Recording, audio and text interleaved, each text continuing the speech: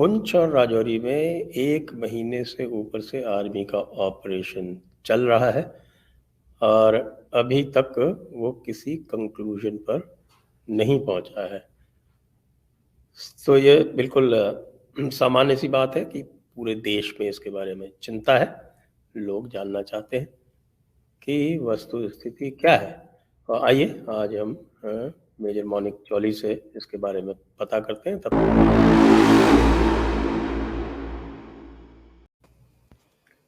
नमस्ते सभी दर्शकों नमस्कार को सर। और जय हिंद सर। नमस्ते मेजर मलिक जॉली जी, आपका स्वागत एक बार पुनः है जयपुर डायलॉग्स पे। दर्शक हमारे सब जानना चाहते हैं कि ये पुंछ राजौरी का ये जो ऑपरेशन है, ये यहाँ क्या समस्या है, इतना लंबा समय क्यों लग रहा है। कई लोग ये कह रहे हैं, हमारे जम्मू के मित्र कह रहे हैं कि ये तो एक कारगिल टाइप का कैप्चर है। आपका क्या मानना है? सर आपको नमस्कार, जय हिंद और सभी सुनने वालों को भी। तो सर सबसे पहले तो ये मिथ क्लियर करने के लिए कि ये कारगिल टाइप सिचुएशन बिल्कुल भी नहीं है, क्योंकि दोनों में काफ़ी फ़र्क था। विंटर का लाभ उठाते हुए जिन पोस्ट्स को हम वेकेट कर देते थे या जहां पेट्रोलिंग से निगरानी नहीं रखी जाती थी, जब उन हाइट्स को कैप्चर किया गया था तो वो कारगिल वॉर की सिचुएशन बनी थी, क्योंकि वो एक तरह से हमारा एरिया उन्होंने फोर्टिफाई करके अपने पोस्ट बना ली थी।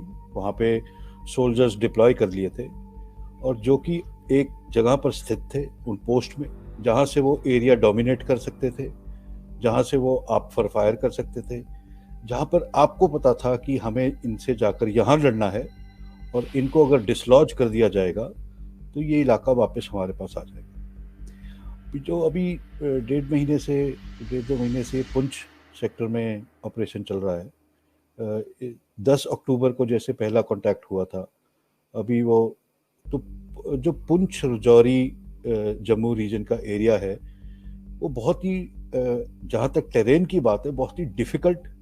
It is not only mountainous but बहुत ही डेंस फॉरेस्ट वाला इलाका है। तो यहाँ पर जैसे फेंसिंग है वो हर जगह पर तो एक आप कर नहीं सकते बिकॉज ऑफ द टेरेन। जहाँ पर जंगल और पहाड़ आ जाते हैं आप हर चीज़ को फेंसिंग से मॉनिटर नहीं कर सकते। यहाँ पर हमने हमेशा बाय ऑब्जर्वेशन, बाय डिप्लॉयमेंट इस एरिया को सिक्योर रखा है अगेंस्ट इन्फिल्ट्रेशन। दूसरा, साउथ ऑफ पीर पंजाल जैसे इस इलाके में काफ़ी टाइम से मिलिटेंसी, टेररिज्म काफ़ी कंट्रोल थी। ये 2-3 चीज़ों को अगर ध्यान दिया जाए तो it became a lucrative target for Pakistan to infiltrate terrorists, कि यहाँ पे भेजा जाए जैसे ही उनको हमारी डिप्लॉयमेंट में थोड़ा सा गैप दिखा। वो गैप कब आया कि जब हमारे बहुत सारे ट्रूप्स को उठाकर लद्दाख की तरफ डिप्लॉय करा गया, जो चाइना से इश्यूज चल रहे हैं। तब यहाँ पे जो एक्टिव फोर्स थी, स्पेशली जो काउंटर इंसर्जेंसी फोर्स थी जिनको हम राष्ट्रीय राइफल्स भी बोलते हैं, उनको थोड़ा मूव करा गया। तो पाकिस्तान, एक्चुअली तो सीज फायर चल रहा है, पर पाकिस्तान जिस तरह का देश है उन पर भरोसा करना अपने आप में एक बहुत बड़ी गलती है। तो उन्होंने इसका लाभ उठाते हुए इनको इन्फिल्ट्रेट करवा दिया। तो अभी इन्फिल्ट्रेशन जब हुई तो उसके दो ही पहलू होते हैं सर। या तो आपको इंटेलिजेंस मिल गई कि अंदर आ गए हैं, या आपको इंटेलिजेंस नहीं मिली। आप इन दोनों में से किसी भी एस्पेक्ट को ले लीजिए, the point comes to the same, जिसको बोलते हैं कन्वर्ज हो जाता है कि आपका कांटेक्ट हुआ, फिर आपका टेररिस्ट से कांटेक्ट हुआ।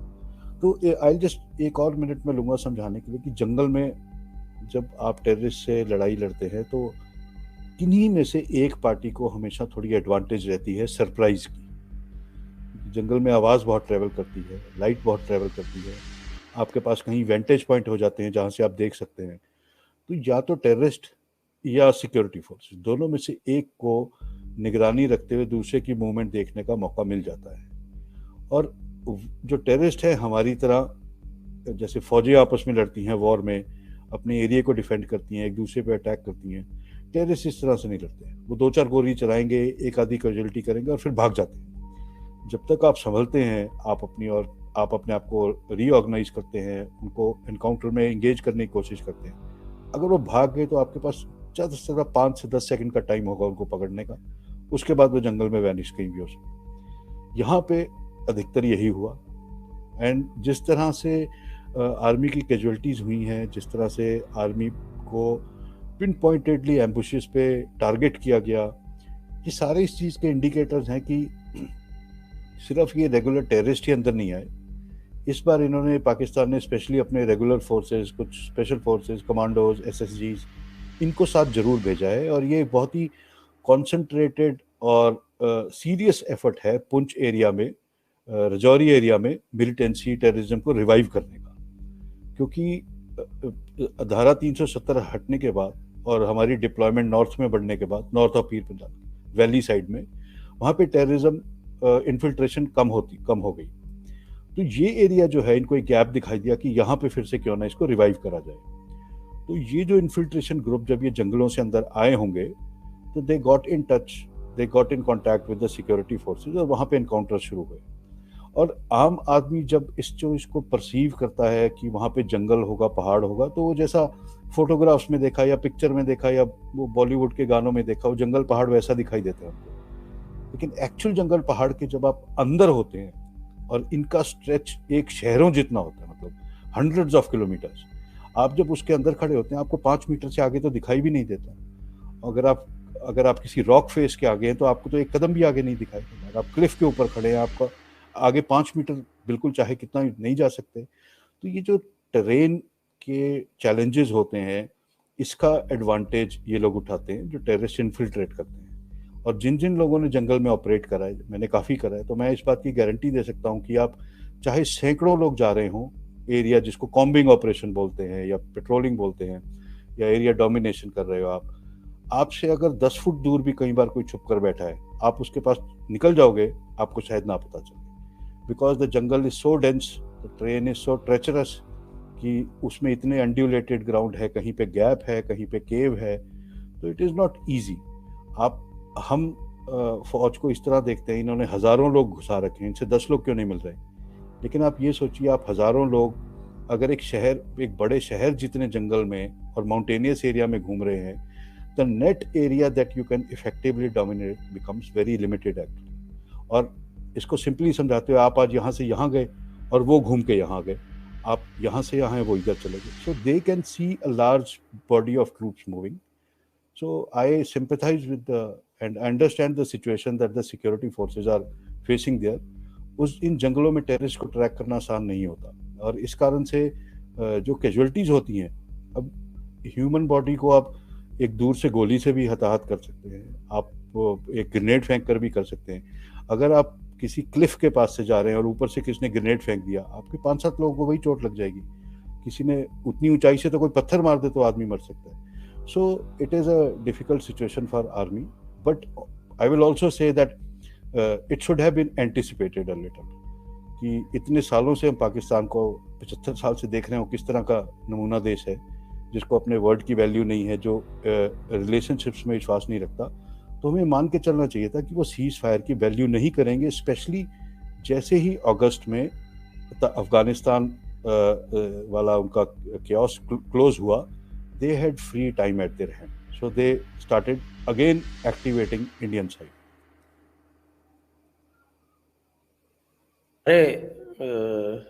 डिफेंस एनालिस्ट ने कहा था, हमारी भी यही बात हुई थी कि आपको पाकिस्तान को इतना फ्री पास नहीं देना चाहिए था कि उन्होंने कहा कि हमने सीज फायर कर दिया और आपने मान लिया। आपने क्यों किया? आपको जब पता है कि वो रीडिप्लॉय कर रहे हैं और अफगानिस्तान में जा रहे हैं, और आपने अपने पैरों में बेड़ियां बांध रखी हैं कि आप ऑफेंस करेंगे ही नहीं, तो इसका मतलब आप बिल्कुल प्रेडिक्टेबल है। और मैं पहले भी आपसे निवेदन कर चुका हूं कि ये एक डिफेंसिव वॉर कभी भी नहीं जीता आज तक किसी ने। बिल्कुल sir, to call it a defensive war in itself is a contradiction in terms. तो ये जो भारत जो पॉलिसी अपना रहा है, तो आपको नहीं लगता कि एक आत्मघाती सुसाइडल पॉलिसी है? It is something that can only sustain in case वो कहते हैं ना कि आप उस तरह से जिए, मैं उससे पंगा ना लूँ, वो मेरे से पंगा ना ले, और इस होप में आप जीते रहे, लेकिन वो लगातार आप पर पत्थर फेंकता रहे और आप यही होप करते रहे कि मैं वापस कुछ ना करूँ तो शायद वो मान जाए। तो इतने दशकों में समझ आ जाना चाहिए था कि ये पॉलिसी इनके साथ कामयाब नहीं होगी। जब आपने सर्जिकल स्ट्राइक करे, जब आपने एयर स्ट्राइक करे, ये आ गए थे थोड़े लाइन पर, आ गए थे अंडर कंट्रोल, फिर इनके रोना मचा दिया था इन्होंने। तो जब आपको समझ आ गया है कि this is the only way to tackle them, this is the only way to suppress them, and मतलब इतना तो जियोपॉलिटिकली इंटेलिजेंस हमारी फेल नहीं है कि सबको समझ आ रहा था कि यूएस निकलने वाला है, Taliban will start their offensive, और पाकिस्तान इसी कारण से सीज फायर चाह रहा है ताकि वो अपनी, रादर दे प्लान बेटर कि वो अपनी सारी फोर्सेस को अफगानिस्तान नदर्न साइड डिप्लॉय कर सके इन केस अगर टीटीपी उठ जाता है या कुछ अलायंस खराब हो जाती है जे वो। So they plan better and we played into their hands. हमने ऐसा इसलिए करा, हमें लगा कि इस टाइम हमारे पास चाइनीज प्रेशर है, वहाँ डिप्लॉयमेंट की ज़्यादा ज़रूरत है, वहाँ पे डिप्लॉयमेंट हैवी कर दो, पाकिस्तान से सीज फायर कर लेते हैं। पर जिसको हेजिंग द बेट्स बोलते हैं, और आप you try to cover the spread, जो बैटिंग की एक टर्म होती है, कि वो यहाँ पे कामयाब नहीं होगी, बिकॉज यू हैव अ रोग एलिमेंट एंड रोग एलिमेंट इज पाकिस्तान, जिसके किसी भी एमओयू पे, चाहे वो कॉन्ट्रैक्ट हो चाहे वो वर्ड हो, भरोसा नहीं कर सकते आप। तो आपने जो बिल्कुल ठीक बोला कि ये डिफेंसिव वॉर जो है, ये हमें सिर्फ एक तरह का मेंटल एश्योरेंस दे सकता है कि शायद एस्पिरेशनली, मतलब इमेजिनिंग इट लाइक दैट, शायद ये सिचुएशन ठीक रहे, जबकि वो कभी भी ठीक नहीं हुई। आपने जब जब उन पे भरोसा करा है, उन्होंने इन्फिल्ट्रेशन कर दी, उन्होंने बॉम्बे अटैक कर दिए, उन्होंने टेररिस्ट बॉम्ब ब्लास्ट कर दिए, उन्होंने कारगिल कर दिया। तो आप सीख क्यों नहीं रहे हैं, ये मैं भी समझना चाहता हूँ कि if offense is the answer then go for it. How इतनी बड़ी अगर हमारे पास फौज है, वी से सो प्राउडली कि किसी भी दिन को सॉर्ट आउट कर देंगे, तो कर दीजिए। At least this is the best time to do it, because there is not a country in this world right now except China which will stand with Pakistan, and fine, it is our bad luck कि वो China हमारा ही पड़ोसी है, मतलब दोनों। पर ऐसा नहीं है कि चाइना पे प्रेशर पॉइंट्स नहीं डलवाए जा सकते। आप अगर थोड़ा सा, लेकिन अगर हम इसी सिर्फ ये ये चेस ही खेलते रह जाएंगे, तो अब हर रोज कैजुअलिटीज तो हमारी हो रही हैं। तो this defensive ops has to turn into a little offensive. I totally agree with you. इनके पोस्ट पर बॉम्बिंग शुरू होनी चाहिए, इनके जो टेररिस्ट कैंप आइडेंटिफाइड हैं उन पर ड्रोन स्ट्राइक्स हो, मिसाइल स्ट्राइक्स हो, एयर स्ट्राइक्स हो, तभी आप थोड़ा सा अपर हैंड की होप कर सकते हैं। हाँ, वो तो बिल्कुल वही बात होगी जैसे वो हमारा न्यूक्लियर डॉक्ट्रिन है कि साहब की नो फर्स्ट यूज, तो इसका मतलब ये है कि they have the chance to annihilate you before you even react. तो ये इसी तरह का एक डॉक्ट्रिन जो है, एक पीस डॉक्ट्रिन, ये यहाँ पे they trying to smoke that peace pipe which is the way to work, और इसके लिए पर्याप्त एविडेंस है। ऐसी बात नहीं कि कोई हवा में बात कर रहा है। अच्छा, उनका जो डॉक्ट्रिन है इट इज वेल नोन, उनका जो वॉर डॉक्ट्रिन है और उनकी जो ग्रीन बुक है आप सब लोग पढ़ते हैं, उनका जो आपका कुरानिक डॉक्ट्रिन ऑफ वॉर है वो पब्लिकली अवेलेबल है। मैंने तो उसका हिंदी ट्रांसलेशन भी करवा दिया, अभी I will put it up पर माय वेबसाइट। जो लोग हिंदी में पढ़ना चाहते हैं उसको हिंदी में पढ़े, अंग्रेजी में तो अवेलेबल ही है बहुत पहले से। तो उसके जो एलिमेंट्स हैं वो बिल्कुल क्लियर है, वो it is doctrine of total war.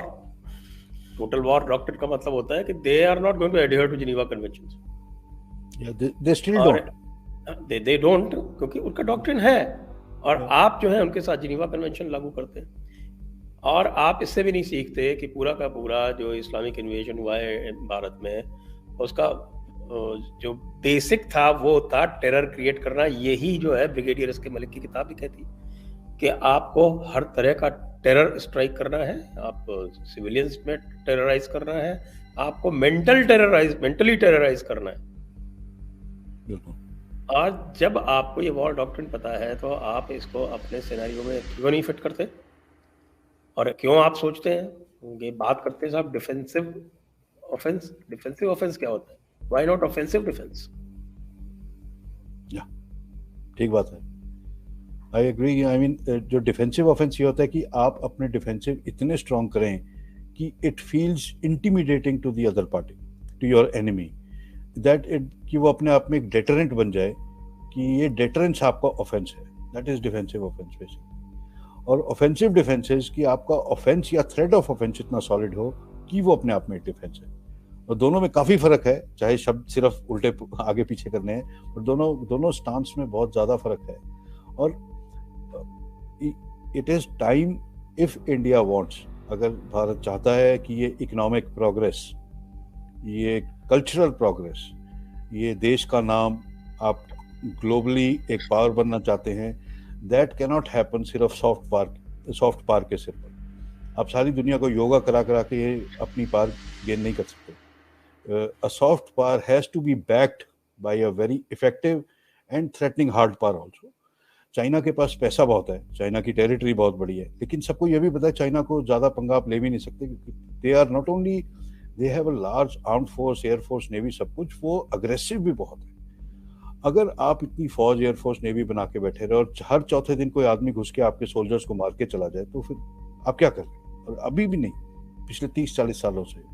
तो अब मतलब at the rate of it, जो जितना अटैक उन्होंने हम पर करा है, जितने बॉम्ब ब्लास्ट करे, ये मुंबई अटैक्स थे, इन्फिल्ट्रेशन थी, कारगिल थी, सैकड़ों अटैक कश्मीर में, बाकी इंडिया में, आपने 3-4 रेड करके आप कैसे इसको इक्वलाइजर बोल सकते हैं? आपको समझना पड़ेगा कि at the end of the day, जब आप यूएन में पर्चे लेकर हम कहने लग जाते हैं इन्होंने हम पर ये करा, ये प्रूफ रहा, ये प्रूफ रहा, आप बेसिकली दो पार्टीज को एड्रेस कर रहे हैं, कि यूएन को और दूसरा पाकिस्तान, और उन दोनों को कोई फर्क नहीं पड़ता। आप कितने भी डोजियर लेकर वहां जाते जाएंगे, क्या कर दिया यूएन ने, कौन सा सैंक्शन लगा दिया? एफएटीएफ को छोड़िए, that's a totally different argument all together. But till the time you actually show the world कि if you mess with us, इसका जवाब ये रहेगा। वो छोटा सा इजराइल है, हम हमेशा उनका एग्जाम्पल इसलिए क्यों देते हैं कि उनको जवाब देना आता है, इसलिए उनको लोगों ने उंगली करना ही बंद कर दिया। वो कह रहे कोई बात नहीं, आप हमें गाली दे लीजिए, अब बोल लीजिए हम बहुत अग्रेसिव हैं, अब बोल लीजिए हम ह्यूमन राइट्स को वायलेट कर रहे हैं, ये कर रहे हैं, वो कुछ भी, लेकिन हम अपना आदमी नहीं मरने देंगे, आदमी औरत को, you know, not trying to be sexist here, but point is हमारे सिटीजन को कोई नुकसान नहीं आने देंगे। सो अगर we have to behave, we have to have that kind of authority in the world. अगर हमें उस तरह का एक मान सम्मान गेन करना है, वो ऐसे नहीं आ सकता कि बाकी सब तो ठीक है, पर पाकिस्तान वाले कभी भी घुस के हमें मार देते हैं, तो फिर कौन आपकी इज्जत करेगा? आपका कल को यूरोप में मान लीजिए कोई 2 देशों में इशू हो और वहाँ पे एक ग्लोबल कन्वेंशन बुलाया जाए कि इनको सॉर्ट आउट करो, और आप वहाँ अपना डेलीगेशन भेजो, पहली चीज़ पूछेंगे आप अपना तो संभाल लो, आपको तो वो छटाक भर का देश कुछ भी बोल पीट के चला जाता है और आप कुछ नहीं करते। So why is USA feared, why is Russia feared, why is China feared? It is, आप अमेरिका में एक अटैक करा उन्होंने तहस नहस कर दिए 3 देश, राइट, बिल्कुल, मतलब बॉम्बिंग कर बुरा हाल कर दिया, ठीक है, what ever happens is a different thing, but the thing is they did not hesitate before taking action. हमारे यहाँ ये गुडविल, पिछली बार याद है सर, हमने वो वर्ड खोजा था, गुड बॉय सिंड्रोम, तो हमारे यहाँ वो हमेशा, it always stops us from taking actions, and I think it is time कि उसको साइड पर रखकर इसी पुंछ ऑपरेशन को ही बेशक आप, मैं तो ये कहूँगा इसको एक एग्जाम्पल बनाते हुए कि how dare you kill 9 of our soldiers and this is how we will reply. यहीं से मतलब वाई टुमारो, आज से ही वो जवाब देना शुरू होना चाहिए। अगर आप बिल्कुल ठीक बोल रहे हैं, अगर आप उनके वॉर डॉक्ट्रिन को नहीं समझ पा रहे, they are not here to capture Kashmir, they are not here to capture Punjab और Rajasthan, they are here to capture entire India. वो तब तक उनकी लड़ाई खत्म नहीं होगी। तो आप कैसे लोगों को दोस्त बनाने की उम्मीद कर रहे हैं, जिनके हमारे वॉर डॉक्ट्रिन में लिखा हुआ है कि जब तक हम ईरान तक नहीं नाप देंगे हमारा खत्म नहीं हमारा, we don't act like that, but you are dealing with element which behaves in a very different way. जब तक आप उनको उनकी भाषा में जवाब देना नहीं सीखेंगे, communication is impossible, and if there is no communication there is no resulting, there is no result out of it. एक बार पहले भी अपने इस बात पे बात की थी कि हम जो है पाकिस्तान को, हमारी जो फॉरेन पॉलिसी है उसमें पाकिस्तान को अभी भी एक नॉर्मल नेशन मानते हैं, और दूसरी तरफ पता नहीं हमारी फॉरेन पॉलिसी में एक बड़ा सा अजीब सा एक ये है कि साहब की पाकिस्तान की स्टेबिलिटी में हमारा इंटरेस्ट है। हाँ जी, बिल्कुल। अब आप अपने विशाल अनुभव से हमें बताएं कि आज की स्थिति में और पाकिस्तान के अगर हम एम्पिरिकली विश्लेषण करें उसके पूरे बिहेवियर का, उसके वॉर डॉक्ट्रिन का, जो बहुत सारे लोगों ने उसमें पुस्तकें लिखी हैं, जैसे इस मामले में क्रिस्टीन फेयर की जो किताब है वो बहुत रियलिस्टिक मुझे लगती है। हालांकि क्रिस्टीन फेयर से मेरे व्यक्तिगत थोड़ा स्तर पर काफी मतभेद है, लेकिन वो पुस्तक जो है वो पूरी वास्तविकता के धरातल पर है। तो ऐसा तो नहीं है कि हमारे मिलिट्री प्लानर्स नहीं जानते, या फिर हमारे मिलिट्री प्लानर्स जो है हमारे पॉलिटिकल बॉसेस को समझा नहीं पाते, या फिर जो हमारे पॉलिटिकल बॉसेस हैं वो अभी भी गांधी जी वाला पीस पाइप पी रहे हैं। इनमें से क्या सच है? सच देखिए सर, हमारी जो एजुकेशन कल्चरली ये वो मतलब जैसे भी हम लोगों को you know when you talk to a Pakistani और आप उनके वीडियोस देखें, चैनल देखें, आप उनके थॉट लीडर्स को सुने, उनको पैदा होते ही पढ़ाई बाद में होती है, पहले बता दिया जाता है ये पड़ोस में तुम्हारा दुश्मन देश है, इसकी तबाही तुम्हारा धर्म है ये, और हमारे ये हर कोई तुम्हारा दोस्त है, वसुदैव कुटुंबकम, अतिथि देवो भव। और वो मैं थोड़े दिन पहले वो टीवी पर वो गाना देख रहा था, वो मनोज कुमार की पिक्चर में नहीं था वो जो लंदन में जाता है और प्राण उसकी बेइज्जती करता है, क्या दिया तुम्हारे देश ने, फिर वो गाना गाता है, हाँ पूरा पश्चिम जब जीरो दिया मेरे भारत ने, वो गाना बहुत अच्छा अपने आप में। But I was thinking how मतलब किस तरह से the mental subjugation has been imposed on us, कि हम इस चीज में इतने खुश हैं कि कोई बात नहीं, कोई चांद पर पहुंच गया लेकिन हम सबके दोस्त, कोई बात नहीं हम आज भी। और उसमें वो बता रहा है कि बड़े बड़े लोगों को जिन्होंने मतलब बेसिकली वो और उस दौरान की पिक्चरें और उस दौरान का लिटरेचर और उससे जो कंटिन्यू चलता रहा, जो हमारे टेक्स्ट बुक्स हैं जिसमें चैप्टर आफ्टर चैप्टर हमें वो वॉर्स पढ़ाए जाते हैं जो हमने हारे, जो बैटल आफ्टर बैटल हम उनको स्टडी करते हैं जो बैटल हमने हारे, एक तरह से हमें यहाँ लाकर खड़ा कर दिया है that invader will always be stronger than you, that it is ये एक मतलब एक मैथमेटिकल थ्योरम की तरह हमारे दिमाग में डाल दिया that invader will be stronger than you. हमें ये बताया नहीं कि रेजिस्टेंस हमने कितनी करी, हमें सिखाया नहीं कि हम उनका क्या हाल कर सकते हैं, हमें बताया नहीं कि कितना को हराया। तो when you marry this thought with the overall जिसको बोलते हैं एक नीड, एक तरह की obsession to be good to the world, आप उनको तो आप अगर पाकिस्तानी बाहर जाते हैं, they are not ashamed of their stand। वो ऐसा नहीं कि पाकिस्तानी विदेश में आपको मिलने वो इस बात का बुरा मान रहे हैं कि हमने भारत पर अटैक कर दिया या हमारे लोगों ने वहाँ पे आर्मी लटे, वो करेंगे और करेंगे, वो यूं बोलते हैं हम इनको नेस्ता नाबूद कर देंगे, साफ कर देंगे। और हमारे लोगों का स्टैंड क्या रहता है, अरे यार हम तो अच्छे लोग हैं, ये हमारे पीछे पड़े हुए हैं। Stark difference between our overall approach in how we present ourselves to the world. हमारा बस ये सोच ही यही है कि हमें अच्छा कह दो, वो सबसे जरूरी बात है, चाहे हमारे बंदे मार दो। तो this is where things have to change and this वो जो आप कह रहे थे कि वो जो एक्सपीरियंस है आप, मैं तो इतना ही समझता हूँ कि हमारे ना केवल मिलिट्री टीचिंग को चेंज होने की ज़रूरत है, बल्कि हमारे नॉर्मल एजुकेशन में भी चेंजेस लाने की ज़रूरत है। मैं ये नहीं कह रहा that you become war monger, कि बच्चों को पैदा होते ही सिखाने लग जाओ कि तलवार लेकर घोड़े पर बैठ जाओ, लेकिन एक सेल्फ रिस्पेक्ट, एक अग्रेशन व्हेन रिक्वायर्ड, इसकी तो तालीम दी जा सकती है, इसको तो आप पढ़ा सकते हो, तो व्हाई नॉट। तो वो तो हमारी संस्कृति है, राम और कृष्ण की संस्कृति है। हाँ बिल्कुल, मतलब शायद सिर्फ हमारे ही भगवान है, मैं मतलब I am not expert on religion, पर जितना मैंने देखा समझा है, अगर हमारे भगवानों के हाथ में कमल का फूल है और वो है, तो उनके हाथ में शस्त्र भी है, तो वो तो इन्होंने इरेज ही कर दिया एक तरह से कि आप कोई भी आइए और हम हाथ जोड़े खड़े हैं ऐसे। और इसी कारण इनकी हिम्मत होती है। मैं आपको इसी कारण आप एक बहुत पुराना इंसिडेंट है सर, आपको याद होगा, और उस इंसिडेंट ने मेरे को मतलब इतना इफेक्ट किया था मेंटली, और आई स्टिल रिमेंबर दैट।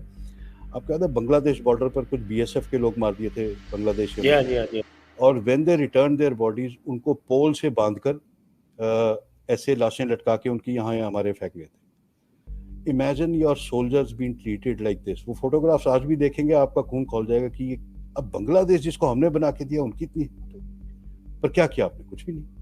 आप किसी भी दिन we have exposed ourselves so much, हमने अपने आप को इतना सबमिसिव बना दिया है कि अब सबको पता है कि ये ज़्यादा से ज़्यादा डोजियर लेके पहुंच जाएंगे यूएन में, वहाँ किसी ने कुछ करना। अगर उसी दिन आपने 2 एयर स्ट्राइक भेज के सीधा करा होता पड़ोस के 2 गांव, हिम्मत थी आज के बाद कोई हमारे बीएसएफ वाले पे हाथ उठाता, लेकिन नहीं, मतलब व्हाट विल द वर्ल्ड से। तो हम मतलब वो छोड़िए, भूटान ने पूरा जेनोसाइड किया है हमारे गुरखाओं का। हाँ बिल्कुल, हाँ भूटान, यस बिल्कुल। and nobody talks जिसको about it. और हम किसी को उसकी जो है बातें करते हैं कि साहब की वो बोलते हैं कि साहब की हैप्पीनेस, ग्रॉस हाँ, it is happiness a something, और हम happiness यहाँ तालियां index. बजाते हैं विदाउट रियलाइजिंग कि सबसे बड़ा जेनोसाइड हमारे बगल में बांग्लादेश में हुआ, भूटान में हुआ। एंड द थिंग इज, आप बोल देते हो इनका हैप्पीनेट इंडेक्स इतना बड़ा है, अगर आपने जो लोग आपको पसंद नहीं आपने सारे मार ही दिए, आप तो हैप्पी हो ही जाओगे. So what is so special about it? You know, it is people should poke finger. I mean, nobody is poking fingers where they should be. We have very systematically stopped all kind of such conversations इस तरह के. तो क्यों नहीं पता लोगों को इन बातों में? क्योंकि ये आम चर्चा में आती नहीं. क्या आपको लगता है कि पिछले 7.5 साल में कोई बदलाव आया? नहीं, बदलाव तो आया सर. आप और मैं इसकी बात कर रहे हैं, मैं इस बात को मानता हूँ कि बदलाव तो डेफिनेटली आया. एक सोच में बदलाव आया. आप, हाँ, पहले पॉसिबल नहीं था ये. I am sure of that. अभी थोड़ी देर में मेरे दरवाजे पे नॉक करके आ जाता है SHO आसपास, लेकिन पहले ऐसा नहीं था. You could not be. The thing is, I do not doubt present government की जो नेचर है, प्रेजेंट गवर्नमेंट की जो सोच है. It is, and I agree, change लाना बहुत मुश्किल होता है, specially when you are dealing with a rogue nation like Pakistan, जिसका कोई गारंटी नहीं है कि वो किस तरह से रिएक्ट करते हैं. तो आपको you have to, you know. मैं तो उल्टा कहूंगा, तो आई कैन प्रेडिक्ट एग्जैक्टली ये.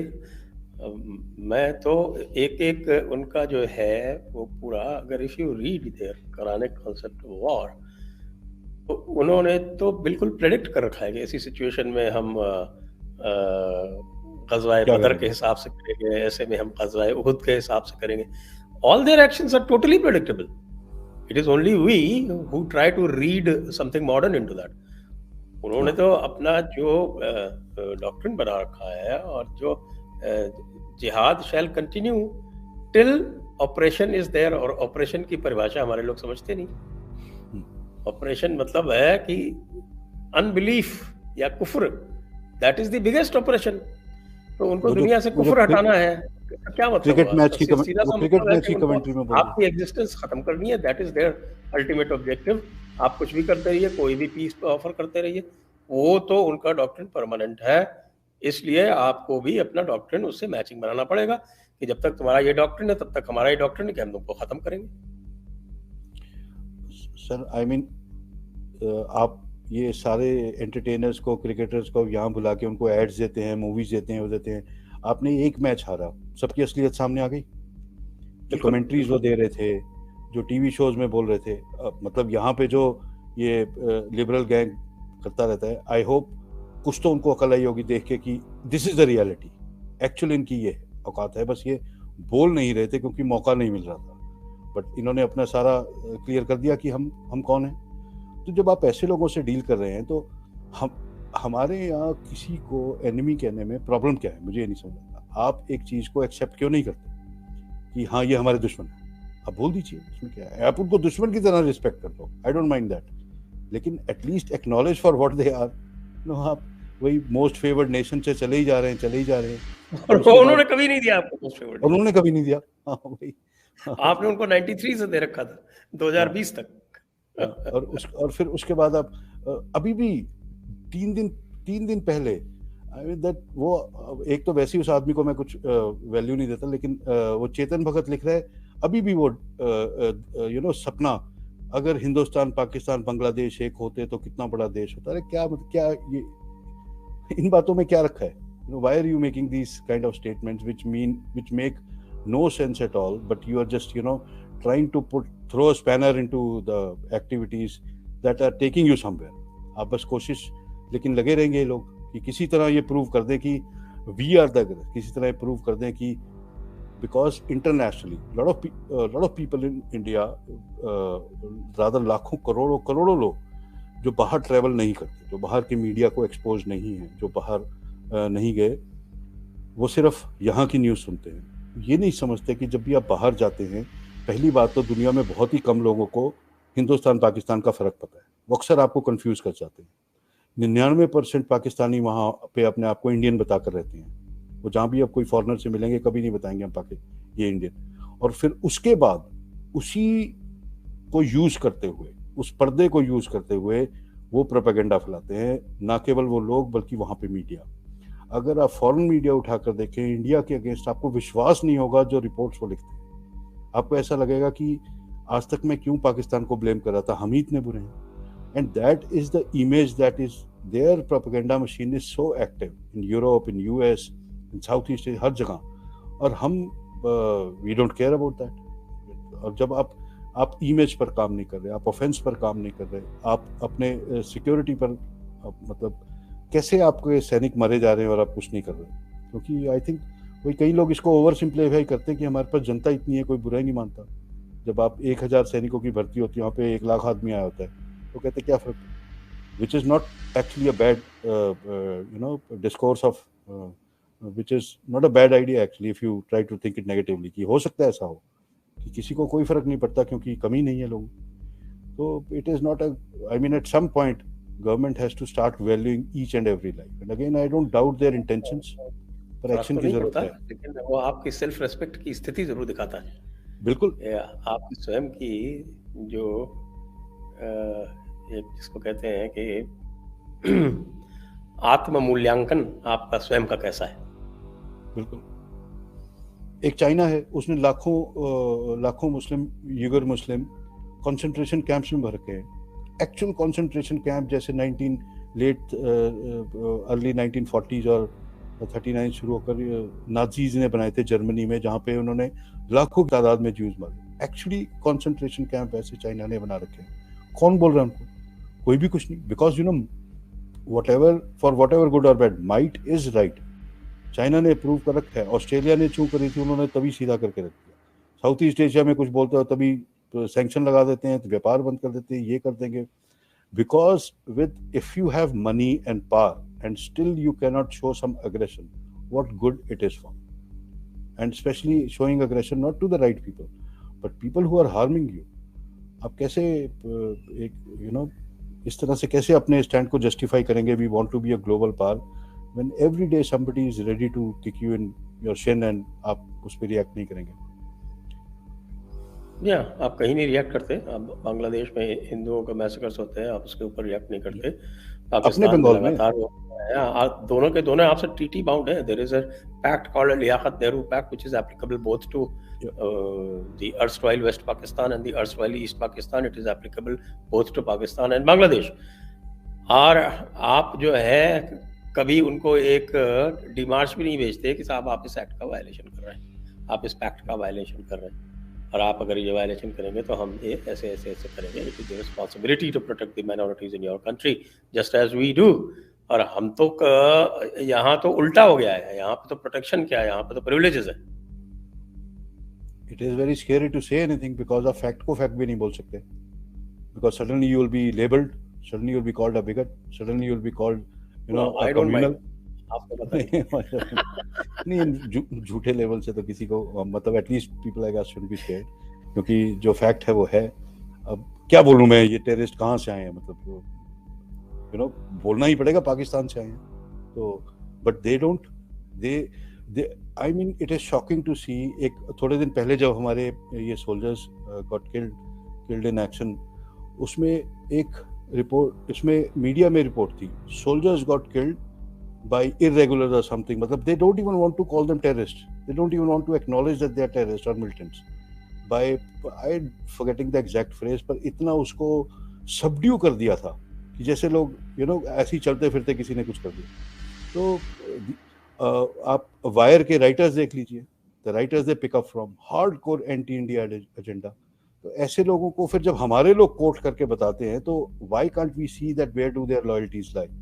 और ऐसे if you expect that these are the people who will stand for your army, navy और एयरफोर्स और paramilitary forces, it's a mistake. तो we have a lot to clean on our own house only. आपने जो शुरू में कहा था ना, I think that is very important कि ये पूरा का पूरा स्ट्रक्चर जो है वो सब स्ट्रक्चर जो एजुकेशन का हमारे जो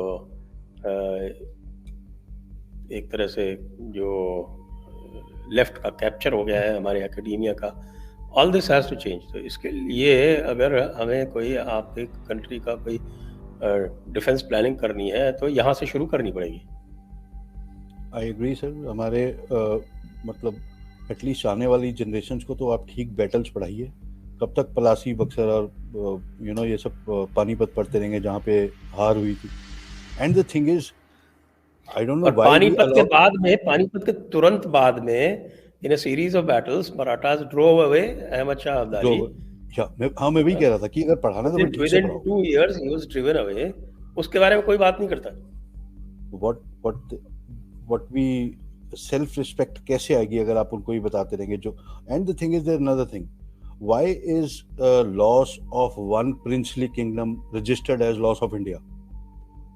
कि आप जब आपके आर्गुमेंट को सूट करता है तब तो आप बोल देते हैं ये मराठा एम्पायर थी, ये सिख एम्पायर थी, ये अवध था, ये बंगाल था, ये। लेकिन जब आपके आर्गुमेंट को सूट करता है, बोलते हैं कि उसने आके हिंदुस्तान को हरा दिया। कैसे? उन्होंने तो सिर्फ लेट्स से उस टाइम सिख को हराया, मराठा को हराया, या सिंध में था या पंजाब में था। और मतलब this kind of even from 1526 जब शुरू होता है पहला बैटल पानीपत, वहीं से वो हो जाता है। वहीं से आप अगर देखेंगे टेक्स्ट बुक्स में ये इस तरह बोला जाता है, invaded India, captured India.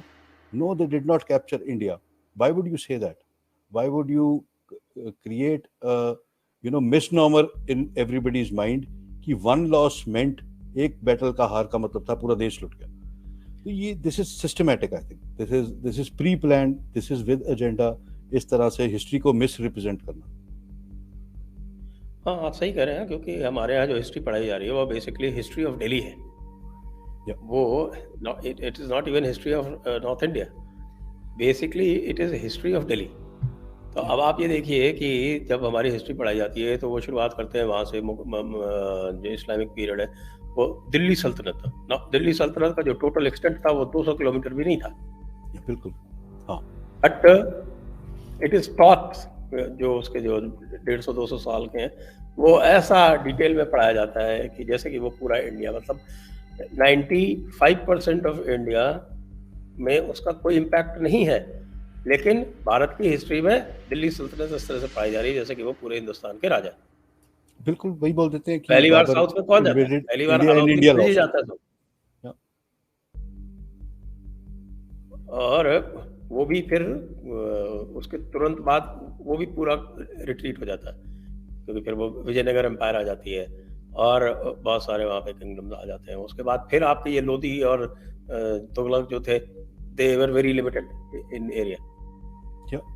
And in time span फिर जाके मुगल जो है, वो मुगलों का पता नहीं क्या बताते हैं। मुगलों की जो इफेक्टिव आपके जो है वो 1556 to 1707। आई थिंक अगर मेरे को अपनी 5th 6th 7th क्लास की हिस्ट्री जो पढ़ाते थे, जब एक्चुअली 1200 साल तक चोलों ने राज किया है, चोलास 1200 साल तक उनका कोई नाम नहीं लेता।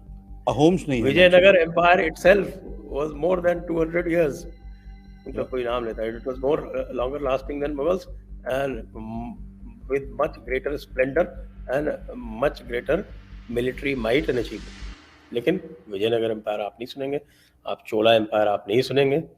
उसके अलावा उसके पहले जो आप अहोम देख लीजिए, 600 साल तक अहोम्स ने राज किया। अहोम्स का पूछ लीजिए, अहोम को कोई नहीं जानता होगा। तो इन्होंने ये कैसे, सर, कि मेरा ये मानना है इन्होंने कैसे करा है कि जब, if I remember my school history correct, जब मुगल्स की बारी आती है वो 5-6 पेज में कवर होते हैं, और जब चोलास कवर होते हैं वो आधे पैराग्राफ में। और so when something is और मराठाओं को भी दो पैरा में समेट देते हैं। And the thing is कि I mean वही मैं बोलूँ, जब आप 12वीं तक, मैंने 10th तक हिस्ट्री पढ़ी, फिर मैंने साइंसेज ले, फिर मैं एनडीए चला गया। लेकिन उस टाइम भी अगर मेरे से कोई पूछता तो मैं आराम से बताता था, ये बाबर का बेटा, ये अकबर, ये पूरी इनकी लीनियज ये है। लेकिन अगर पूछे शिवाजी के आगे 3 जनरेशन नहीं पता था, क्योंकि पढ़ा ही नहीं रहा था। You know, it is like it is such a आज अब हम लोग पढ़ रहे हैं, अब पढ़ना शुरू। जैसे मैंने अभी 2 दिन लगातार, पहले महारानी ताराबाई पे किया, आज मैंने वो अफजल खां का जो वध किया था, वो बहुत इंटरेस्टिंग चैप्टर है, बहुत इंटरेस्टिंग चैप्टर है, historically, militarily very very interesting. उसको सारी मिलिट्री एकेडमी में पढ़ाया जाना चाहिए। शिवाजी महाराज की टैक्टिक्स पढ़ाई जानी चाहिए, उनकी स्ट्रेटजी पढ़ानी चाहिए, उनका जो एडमिनिस्ट्रेशन था वो पढ़ाया जाना चाहिए। जब सर जब आप शिवाजी को पढ़ने को किसी से बात करते हैं, आम आदमी जिसने थोड़ा भी हिस्ट्री पढ़ा है, वो उसको एक चीज याद आती है, हाँ जी, वो अफसल को मार दिया था बाग नक पहन के। It looks like a road side encounter. कि वो गले मिले, उनको मारा और वो भागे। It was a big operation which was planned. कैसे वो पूरी सेनाएं दोनों रिज के लाइंस पे तैनात करी गई थी, कितना गैप दिया गया था, रिएक्शन टाइम कैसे रखा गया था, कितने उन्होंने क्या पहना, कैसे ही एंटिसिपेटेड रिएक्शन क्या आएगा। It is such a fantastic military operation to read about. हमारे गायब हो गए, उनके बागनक मार दिया, मर गया। एक लाइन में, एक्चुअली स्कूल की हिस्ट्री लाइन में 1 या 1.5 लाइन में खत्म हो जाता है पूरा ऑपरेशन। और बागनक पहन के गए क्यों, एक आर्मर किला पहन जो के उन्होंने, गए क्यों, ये नहीं लिखता कोई। एक किला जो उन्होंने कैप्चर करा, it is a beautiful operation in itself. और महाराष्ट्र के किले अगर आप देखिए, they are not a joke to capture. वो जिन हाइट्स पर हैं, जो वहाँ पे उनका एरिया ऑफ डोमिनेशन है, विजन व्यू है, फायर, तो they are, it was phenomenal Maratha empire. लेकिन वही आप जो बोल रहे हैं, आधे पेज में, एंड आई एग्री, आधे एक पेज में खत्म हो जाती है वो। लेकिन Aurangzeb was a very good leader, वो जरूर पढ़ा देंगे। ठीक है। चलिए हम आज के सब्जेक्ट पे वापस आते हैं। हाँ जी सर, प्लीज। ये जो ऑपरेशन चल रहा है, इसका कंक्लूजन आप कैसे देखते हैं? Sir, as I see, as harsh as it may sound, the infiltration definitely was terrorist as well as some regulars, जिसमें उनके कमांडोज होंगे, SSG होंगे, क्योंकि इतना इस तरह से हाई क्वालिटी एम्बुशेस करना, प्लान करना, ये करना, ये जो 3-3 महीने की ट्रेनिंग लेके टेररिस्ट आते हैं, उनके बस की नहीं होती है। It is a military versus military encounter. But I also agree कि जो अब तक शायद वो एक्सफिल्ट्रेट करके वापस भाग गए होंगे, क्योंकि जब उन्होंने जो हमें नुकसान पहुंचाना था वो पहुंचा दिया, उन्होंने जो हम पे कैजुअलिटीज करनी थी कर दी। दे हैड नो फाइन, वो आए थे यहाँ पे रजौरी एरिया में, मेंढर एरिया में, जम्मू रीजन में बेसिकली मिलिटेंसी को रिवाइव करने, but they got caught, they had to meet with some resistance. उन्होंने कुछ गोलीबारी करी, वो बच गए, वो भाग गए। It will be very stupid of them to keep moving inwards, because उनको पता अब किस लेवल का सर्च ऑपरेशन चल रहा है। तो अभी कोई और ग्रुप पकड़ा जाए या ये पकड़े जाए, हो सकता है, मतलब I might be 100% wrong, but as much as I understand, as much as my teaching teaches me, they would have gone back, rushed back to Pakistan। और अभी हम बस एरिया सैनिटाइज कर रहे हैं अब, कि कोई छुप के ना बैठा हो या और कोई ग्रुप ना छुपा हो। तो the results are very unlikely to come. इसका हिसाब कैसे चुकता किया जाएगा? अब हिसाब, अब मेरे को बना दीजिए आप कमांडर, मैं आधे दिन में बता दूंगा। ठीक है। मान लीजिए आप हैं कमांडर, चलिए। तो आई थिंक ये जो जितने कैंप्स होते हैं सर, ट्रेनिंग कैंप बॉर्डर के आसपास एरियाज में होते हैं, इनका सबको they are known to military intelligence and रॉ and everybody all. This would be a good time to throw some missiles on them, back it up with air strikes, और उसके बाद इंक्रीज डिप्लॉयमेंट वेरी हैविली, ताकि कोई reactionary force ना आ सके। और उसके बाद ये स्टेटमेंट दे के करा जाए कि ये जो आपने करा है ये उसका जवाब है, ये रैंडम नहीं है, ऐसे नहीं हम एक दिन उठे हमारा दिल किया, और अगली बार करोगे तो अगली बार इससे भी बुरा होगा। अपनी किसी भी सर्जिकल स्ट्राइक में अपनी कैजुअलिटी करवाना, अपना नुकसान लेना बहुत ही, क्योंकि सरप्राइज आपके साथ है, तो किसी भी स्टेज पे ये अपनी कैजुअलिटी लेना बहुत ही is not a advisable thing, and it should not happen at all. तो we should go for long distance strikes, missiles and aircraft. And इससे भी ज़्यादा ज़रूरी है पाकिस्तान को बोलना, इंटरनेशनल कम्युनिटी को बोलना कि they sent infiltrators, they sent regular forces, they killed our soldiers, and this is how we have responded. Next time if you do that, ये 2 जहाज की जगह 40 आएंगे, और फिर जो आसपास के गैरिसन है इनका भी नंबर लगेगा, जो तुमसे बन पड़ता हो कर लेना। Till the time we start taking stands like that, अगर हमने कुछ नहीं करेगा थोड़े दिन बाद फिर भेज देंगे, because these are shameless people. इनका कोई काम धंधा तो है नहीं, ना इकोनॉमी ना industry, terrorism their only export, तो they will continue doing that.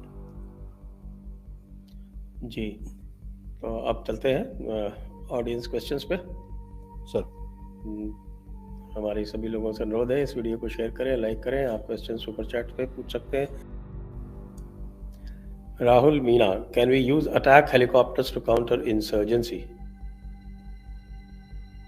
Yes, of course we can, but it has been a policy of Indian Defence Forces that we do not do that.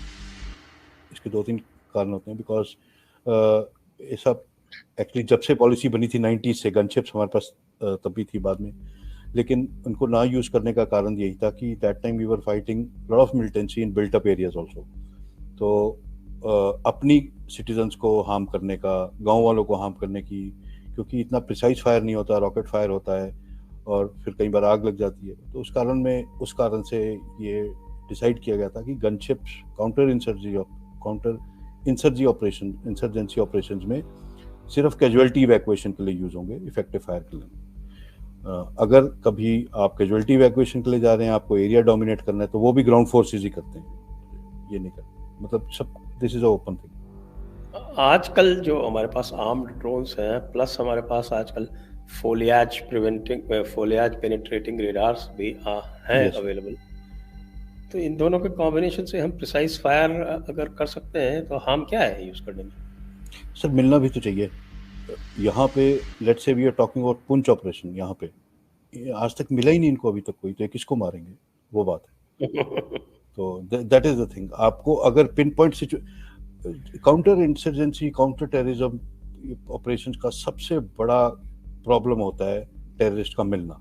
अगर वो मिल गया फिर तो उसको आपने घेर के बैठ जाओ, he will have to come and fight and die, फिर उसके पास, बट मिलते नहीं, दैट्स द प्रॉब्लम। जी, कूल डूड मेजर साहब Ram Ram. With respect to targeted killing of non-Muslims in Kashmir, how should army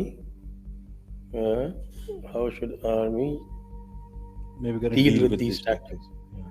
To provide safety to every non-Muslim is not practical. Is there any combat strategy for such tactics? So, cool dude जी, राम राम आपको भी। The thing is, army जो है military tactics में विश्वास करती है, मुस्लिम और non Muslim हमारे लिए मैटर नहीं करता। अगर आपके टेररिस्ट हैं, वो सामने बंदूक उठा के देश की तरफ आ रहा है, चाहे वो छत्तीसगढ़ का नक्सल है और चाहे फिर वो नॉर्थ ईस्ट है और चाहे वो कश्मीर है, जहाँ जहाँ आर्मी ने काउंटर टेररिस्ट ऑपरेशन करे हैं। सो जहाँ तक डिफाइनिंग लाइन है कि when non Muslims are getting targeted in Kashmir, that is a government's and political decision to deal with. How do they use it? Army को जो ऑर्डर मिलेगा आर्मी वही करेगी। आर्मी अपने लेवल पर पॉलिटिकल, कम्युनल, रिलीजन लाइन पे operation change नहीं करती। सो इसमें आर्मी का यस, आपका सिटीजन मारा गया है, आप उसके लिए अपने ऑपरेशंस बढ़ाएंगे, सर्वेलेंस बढ़ाएंगे, रोड ओपनिंग पार्टीज को स्ट्रेंथन करेंगे, कुछ एरिया डोमिनेशन करेंगे, लेकिन इस एक्शन को कम्युनली आर्मी टैक्टिक्स में कोई एंगेज नहीं कर सकती। This is how it is. ये तो पॉलिटिकल कॉल है basically. This is a political call that they have to take and they have to call a spade. आपने वहाँ पर बंद कर दिया, कहते हैं कि साहब जमात इस्लामी को बंद कर दिया, लेकिन उनका नेटवर्क पूरा फैला हुआ है, नेटवर्क तो इंटैक्ट है, उसको आपने कुछ नहीं किया। अहले हदीस को आपने बैन नहीं किया। ये इनका प्रॉब्लम यही है सर, ये कि आप जब इतने हेजिटेंट होते हैं calling spade a spade which you are saying, then you can't call somebody for what he is, because आपको लगता है क्योंकि मैंने कुछ बोल दिया तो मेरे पे बात ना जाए। बोलिए जो है, मतलब इट इज अ फैक्ट। मेरे दिल में कोई चोर नहीं है, ये मेरा सिटीजन है, फिर चाहे कोई भी हो, मैं इसके लिए रक्षा कर रहा हूँ। लेकिन तुम अगर करोगे फिर तुम चाहे कोई भी हो, तुम्हें भी सीधा किया जाएगा। तो वहाँ तो कश्मीर की बात है, वहाँ तो ये बिल्कुल सही है। बहुत सारे मैं जानता हूँ, लगातार हम बात करते रहते हैं कि जो कश्मीर में, ऐसा नहीं है कि कश्मीर में इंडिया लविंग लोगों की कमी है, लेकिन जो भारत है, जो स्टेट है, वो कभी भी नेशनलिस्ट फोर्सेस के साथ कश्मीर में नहीं खड़ा रहा, हमेशा सेपरेटिस्ट को अपीज करता रहा। सबसे बड़ी प्रॉब्लम ये है। बिल्कुल। और आज भी कंटिन्यू है वो। 370 हटने के बाद भी वो चीज समाप्त हो गई हो, ऐसा नहीं है, आज भी वही काम कर रहा है। It is just subdued. हाँ बिल्कुल है, ऐसा नहीं कि खत्म हो गया। Next, distraught Desi, in case third front war starts, will Indian armed forces shoot at retaliating Hindus if ordered by state like ITBP did at Babri Masjid? Demolition. ITBP ने कौन सा फायर किया भाई? आई थिंक वो UP police ही थी जब कल्याण सिंह के time, ये उसकी बात कर रहे हैं मेरे ख्याल से। They were asked not to fire. No, nobody fired. मतलब आई थिंक ये तब की बात करें जब किसके अंडर वो मुलायम सिंह यादव के टाइम पे। Mulayam Singh Yadav, sorry my mistake, किसका नाम क्या, बहुत बड़ी गलती, But I Mulayam don't Singh. think it was ITBP. तो it depends. आर्म फोर्सेस जब जाती हैं in aid of civil power, तो उसका एक प्रोटोकॉल है और एक मैजिस्ट्रेट साथ में होता है। उस मैजिस्ट्रेट को जो वो ऑर्डर देता है वो फोर्सेस फॉलो करती है। जब तो protocol उनके बिल्कुल well जब defined। आर्म्ड फोर्सेस जब अंदर जाती हैं, आपको you know it also sir, it is say aid to civil authority. Yes, aid to तो civil वो जब, authority, and या it is always they go in with a magistrate या right in front. Without तो magistrate, they don't go. तो मैं actually clearly समझा नहीं आप क्या पूछना चाह रहे हैं, पर मैं ये बताना चाह रहा हूँ कि अगेन जैसे पिछले सवाल में था, आर्मी को अगर बुलाया जाता है किसी चीज़ से किसी को कंट्रोल करने के लिए, तो आर्मी के लिए जो सामने है वो टारगेट है। Army does not deal in communal issues or political issues. So ऐसा नहीं होता है कि army will take the call मैं यहाँ एक्ट करूंगी या नहीं। आर्मी इज एग्जीक्यूशन बॉडी, तो जो उनको ऑर्डर्स मिलेंगे वो कंप्लाई करेंगे। एग्जैक्टली। और ऑर्डर जो है इस तरह की सिचुएशन में ऑर्डर मैजिस्ट्रेट द्वारा दिए जाएंगे। सर जो उसको लीड कर रहा होगा उस पर्टिकुलर कॉलम को, वो ये कॉल नहीं लेगा। The orders will be given by the magistrate who is accompanying the column. Next.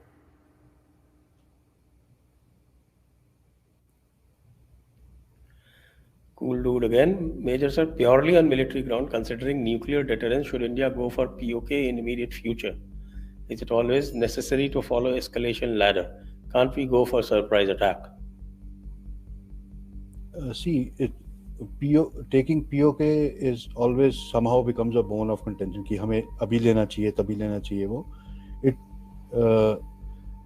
इसका कोई डिफाइंड अभी तक वो ऐसा कोई मिलिट्री या स्ट्रेटेजिक सोल्यूशन मैंने नहीं पढ़ा आज तक कि now is the right time to take POK।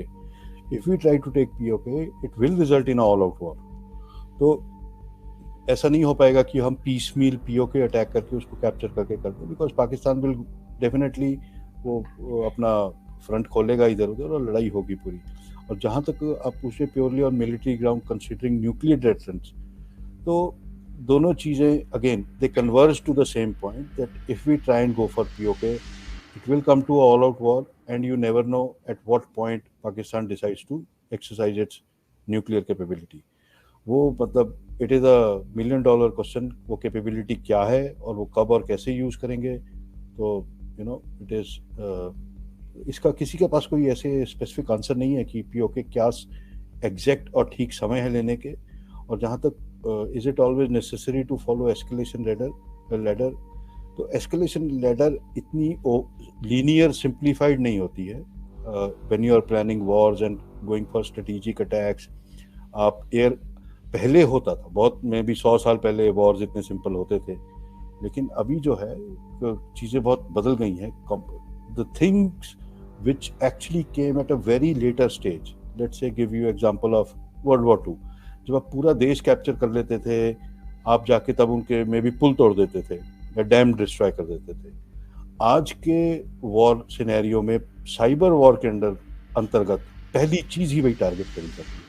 तो escalation ladder is very is not defined as it used to B.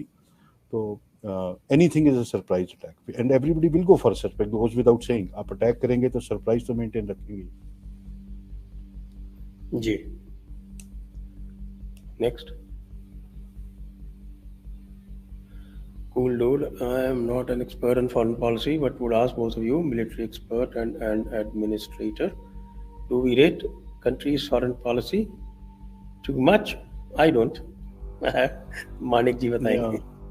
नहीं अब हाँ, मतलब we could have done much better, even immediate neighborhood में we could have done much better, but I will also say that we have done better, we have started to do better. Things are improving, and hopefully 10-20 साल में we should be where we want to be. These things take very long to change. जो आपके international geopolitical stand होते हैं, foreign policy changes होते हैं, जैसे अफगानिस्तान में हम फिर back to square one हैं, zero हैं, तो फिर से वो पता नहीं क्या मौका आएगा कि हम अपने आप को रिवाइव कर पाएंगे वहाँ पे। तो इस तरह के ब्लंडर्स एंटिसिपेट होने चाहिए, या हमारे पास ये माइट और कॉन्फिडेंस होना चाहिए कि कुछ भी हो जाए हम देख लेंगे, वो भी हम नहीं करते। तो हम गुंडे को गुंडा नहीं कहते, अब क्या कर हाँ सकते भाई, हैं।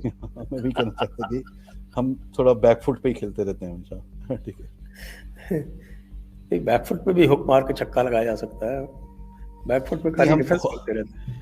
नहीं, बैकफुट पे होप करते हैं कि शॉर्ट बॉल आएगी और छक्का मारेंगे, वो यॉर्कर आते रहते हैं और फिर उनसे कुछ होता नहीं। नेक्स्ट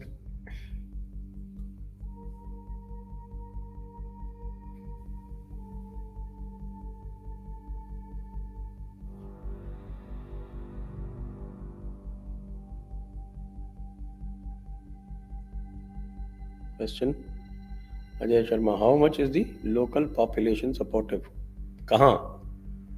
आई एम अज्यूमिंग आज के ऑपरेशन के साथ पुंछ राजौरी साइड की पुंछ बात राजौरी की वेरी, बात कर, हाँ जी, very very south of Pir Punjab is very supportive.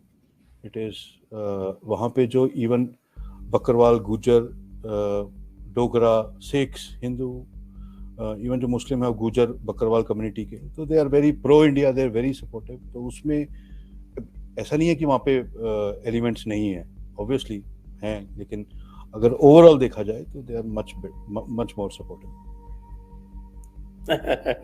एक बड़ा अच्छा कमेंट आया है वैसे, somebody से कि पाकिस्तान से युद्ध इसलिए नहीं करेंगे कि बम, मिसाइल, रॉकेट, गोलियों से जो है वो प्रदूषण बहुत बढ़ जाएगा। एक मुसीबत से थोड़ी डील करना है यहाँ, ठीक है। हाँ, सुप्रीम कोर्ट आके उसके ऊपर बैन लगा देगा। वो इनसे पहले किसी ने पूछा था, इधर polity too submissive need change. Yes, I agree, and I think sir भी एग्री करते हैं that yes, we are way too submissive. We have to be assertive. We have to at least, if not punch above your weight, we have to punch according to our weight. Yeah. Nishikant Reddy, sir, in 1971, Indian Army defeated Pakistan Army. Why were there no military trials for Indian Army for Pakistani Army officers and soldiers who had killed around 3 million Hindus in Bangladesh? That is the question that I have been asking for a very long time. After they surrendered in the negotiations, again good boy syndrome, हमने सब उनको छोड़ दिया, 93,000 अपने भी वापस नहीं लिए, और हमने कहा ठीक है अभी बांग्लादेश आप संभालो। रादर बांग्लादेश में भी ऐसे अपराइजिंग, ऐसे एक्शन बंद नहीं हुए थे। There's a very interesting story where one of our majors went and saved Mujibur Rahman and all, आप पढ़िएगा उसके। So it is just how we acted that time. We wanted to be that, हमें लगा था कि हम एकदम big brother बन गए, बांग्लादेश तो अपना भाई है अब, you know, so, but we failed to capitalize on that. That comes from a complete non-understanding of the Islamic theory. Yeah. Zero understanding. I don't know why people get surprised when people, leaders or countries are thankless. It is human nature. आप ऐसे क्या, आप क्या expect करते हैं कि आपने उनका इतने जेनोसाइड के बाद देश बना, आप वो तो एकदम वो आपके पैरों में गिर के आपके भाई, ऐसा नहीं हुआ और ना ही हुआ और ना ही होना था। We should have planned better. We should have used. Anyway, 71 was a very big missed opportunity to shape up South Asia. Yes, absolutely foolhardy. What we won through the blood of our soldiers, we lost on the negotiating table. I think हमें पटाखे फोड़ने की थोड़ी ज्यादा जल्दी कर दी political leadership ने। Otherwise we could have exploited that win way too much, मतलब काफी गेन कर सकते थे। yes. हम परमानेंट फुटहोल्ड अपना जमा सकते थे पूरे रीजन में। Next, Harish Nagul, scrap the no first use of nuclear weapon policy with respect to Pakistan only. See, there are a lot of thoughts on this. I think of जो first use policy और second use policy में ज़्यादा से ज़्यादा 10 second का फर्क है। It is not like कि वहाँ से न्यूक्लियर बम हम पे गिर जाएगा और हमें तब पता लगेगा। The nuclear sites are monitored, मतलब they are the most monitored locations as far as satellites और एवरीथिंग इज कंसर्न। जिस दिन वहाँ से मिसाइल टेक ऑफ होगी या कोई एयर, जैसे radars will catch all the air strikes that are coming in. ये डिफाइंड होता है कि कौन से, हर कोई जहाज न्यूक्लियर वेपन कैरी नहीं कर सकता, पेलोड के हिसाब से होता है। तो ऐसा नहीं है कि will be surprise so badly. और ठीक है, it had gone that time with political leadership थी कि हाँ we will again good boy बनेंगे. Having said all that, I should say we should scrap every policy with respect of Pakistan. कि हमारा जब दिल करेगा तब तोड़ेंगे, ये मतलब यू डोंट डिजर्व रिस्पेक्ट. तो जी next. Hitendra Rangaswamy, what is forcing India not to be aggressive? Why we think we should not go first? Is it because India fears an economy and global sanction? Yeah, actually it is that.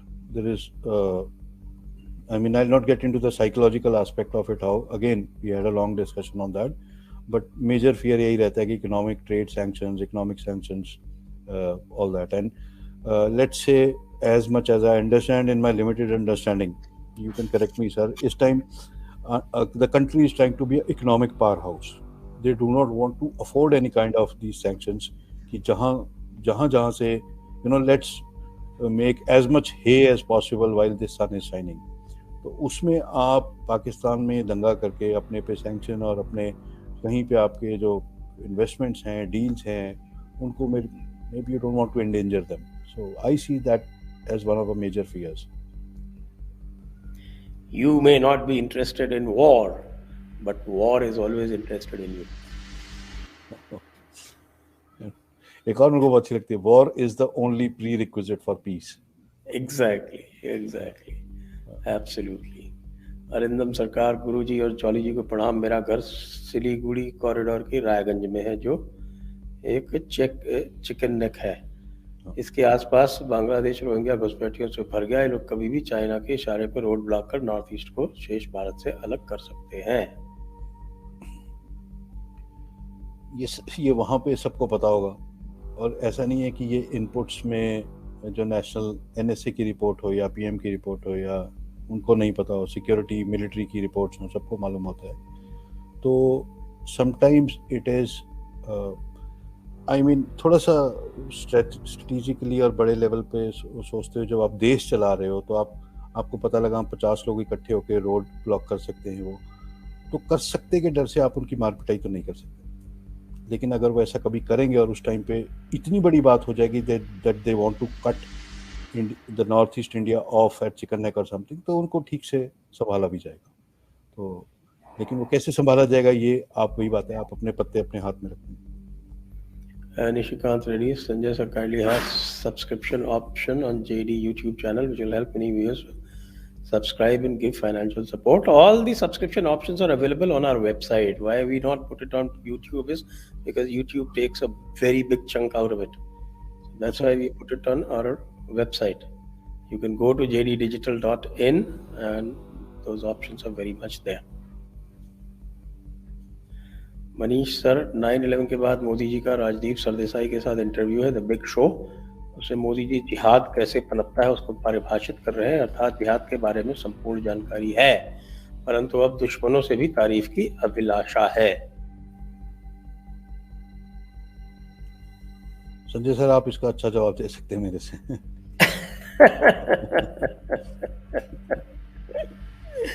देखिए, ये तो हम कहते भी रहते हैं कि साहब की नोबेल पीस प्राइज की अभिलाषा तो है, लेकिन मिलेगा नहीं.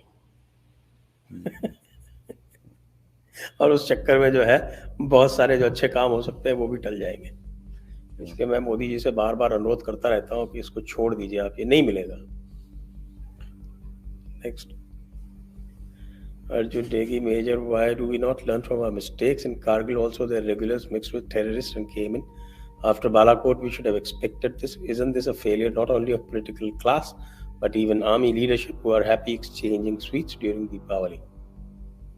इसमें 3-4 पॉइंट्स हैं. फर्स्टली लास्ट वाले को साइड पे कर देते हैं. दिवाली पर, ईद पर, इस सब एक्शंस पर कुछ चेक पॉइंट्स होते हैं जहाँ पर फॉर द ठीक है आप मिठाई वगैरह एक्सचेंज करते हैं. तो we should not make too much out of it. दुनिया जहान की वर्ल्ड वॉर 1 में एक बार क्रिसमस पे फ्रेंच और इंग्लैंड ट्रूप जो कि सालों से एक दूसरे पे गोलियां चलाते मर रहे थे, दे टुक अ 1 day of on Christmas and actually played a football match. There are reports on Russian front where people exchange vodka and with German troops and all. तो ये सब चलता है. Soldiering is a very different aspect. मतलब till the time आप उस trench में नहीं हैं, आप नहीं समझ सकते। आपको उस आदमी को मारना है, लड़ाई होगी विदाउट अ डाउट, पर कभी आप उससे ब्रेक लेके एक मिठाई इधर उधर एक्सचेंज कर ली, चलता है। इसको you should not read too much into it. That does not mean कि किसी भी हाल में हमारा सोल्जर कोई वीक हो गया या उसके दिमाग में उनके प्रति कोई प्यार आ गया, ऐसा नहीं है। War is war. Secondly, when you said why don't we learn from our mistake is the biggest question actually, जिसके कारण हम आज इतनी बातचीत कर रहे हैं। We don't learn from our mistakes, it is a fact. हम वही कि we keep doing the same thing expecting other different results, you know. So it will take time before, you know, I think before we take a stronger stand on these things and become a country where जहाँ पे ये status को हो जाएगा कि आपने हमारे आदमी पे गोली चलाई तो इसका जवाब ये होगा ही होगा। We will not be taken for granted. Ji, next.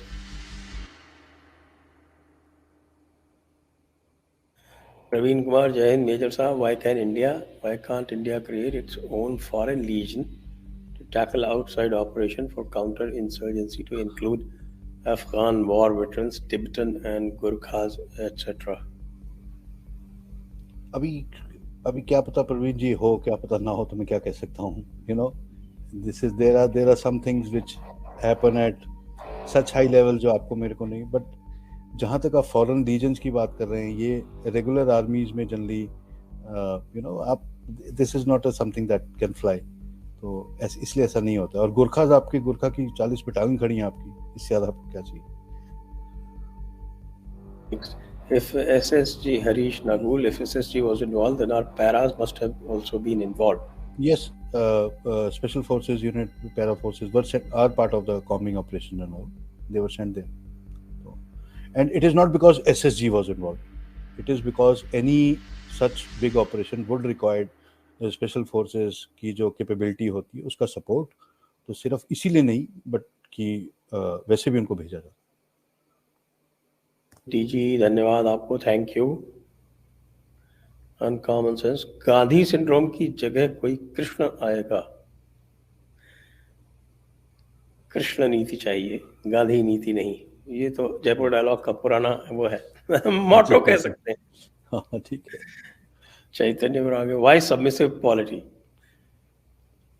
अब ये तो बहुत बड़ा, ये तो पूरा सब्जेक्ट ही अलग हो गया। For this we need a separate episode. या